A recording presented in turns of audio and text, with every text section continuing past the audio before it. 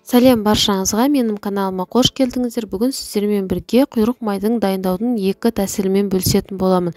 Екі әдіспен жасайтын болсаңыздар, құйрық майларыңыз өте дәмді болып шығады. Менің каналымда тағы да көптеген рецепттер бар. Каналыма тіркеліп, қоңыраушаны басып қойсаңыздар, алдағы уақытта жаңа видео рецепттерімді бірінші болып көресіздер. Бізге осында қойдың құйрық майы керек болады.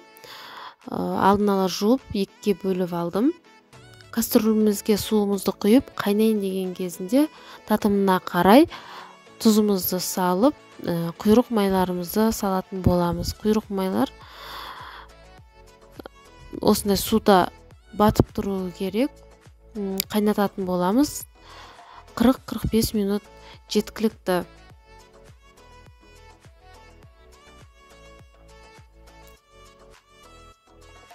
Сосын менде осында бір бас сарымсағымызды майдалап тураймыз, немесе арнайы құралмен чесноктарымызды майдалайтын боламыз. 40-45 минут өткен соң құйрық майымыз пісті, әдемі болып қайнап шықты. Оны сүзіп алып, бөлме температурасында кішкене суытатын боламыз.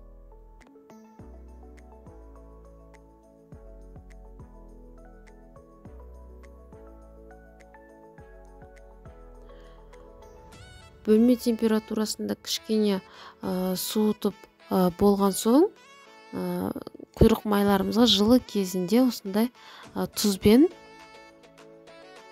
тұзды жан-жағына осылай қолмен жақсылап жағып шығамыз құйрық майларымызға.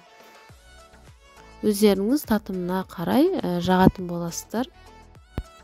Бұл майдың біз білетін және білмейтін емдік қасиеттері көп. Атап айтсақ, құйрық маймен бөбектің денесін сылаған. Бұл олардың дені сау, қуатты болып өсуіне ықпал еткен. Сондай-ақ тұмау тимейтін болған. Видеода көрсетілгенде осындай тұзды жағып шығамыз екі құйрық майымызға. Құйрық майдың емдік қасиеттері өте көп. Мысалы, жөтелді басып, қақырықты босату үшін құйрық майды шыжғыртып 50 грамм мөлшерінде ыстықтай ішеді. Тұмаудан болған созылмалы жөтелге құйрық майдың ыстық сүтке қосып ішкен. Балаларға тұмау тиіп жөтелгенде осы алақанды, табанды қойдың жылы майымен сыласа сауығады. Денеге қатты суық өткен кезде ұйықтар алдында табанға жағып жатса, таңға дейін денедегі суықтықты алады. Осылай келесі чесногымызды барлық жағына жағамыз. Өздеріңіз татымына қарай жақсаңыздар болады. Көп иісі әдемі болып шықсын десеңіз, көбірек жаға беріңіздер. Маған осы жаққаным жеткілікті. Енді бізге керегі қара бұрыш пен қызыл бұрышымыз керек. Бір ас қасықтан жетеді. Біз екі тәсілмен дайындайтын боламыз. Осы қара бұрышымызды бірінші тәсіл қолымызбен алып, құйрық майларымызға осылай жағып шығатын боламыз. Егер қатты ащы болсын десеңіз, көбірек жаға беріңіздер. Балдарыңыз жейтін болса, сәл асқандай осы жағып шығатын боламыз.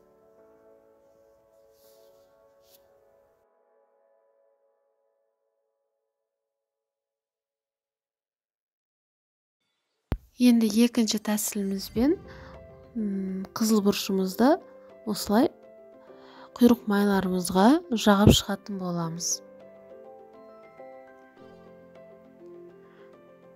Жағып болған соң құйрық майларымызды 2-3 сағатқа мұздатқышқа салып қоясыздар. 2-3 сағат өткен соң құйрық майларымыз осылай дайын болады. Қазір видеода кесіп көрсететін боламын.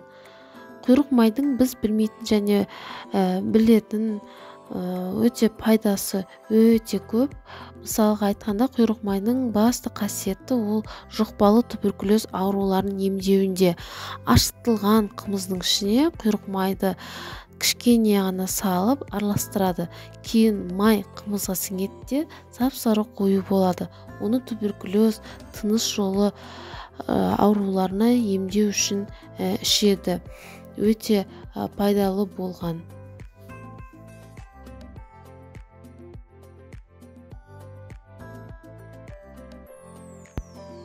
Осымен біздің кубдук дайын болды. Міндетті түрде жасап көріңіздер. Отбасыңызды қуантыңыздар. Қазіргі кезде пандемияда осындай құйрық майларымызды істеп жесеңіздер өте пайдалы.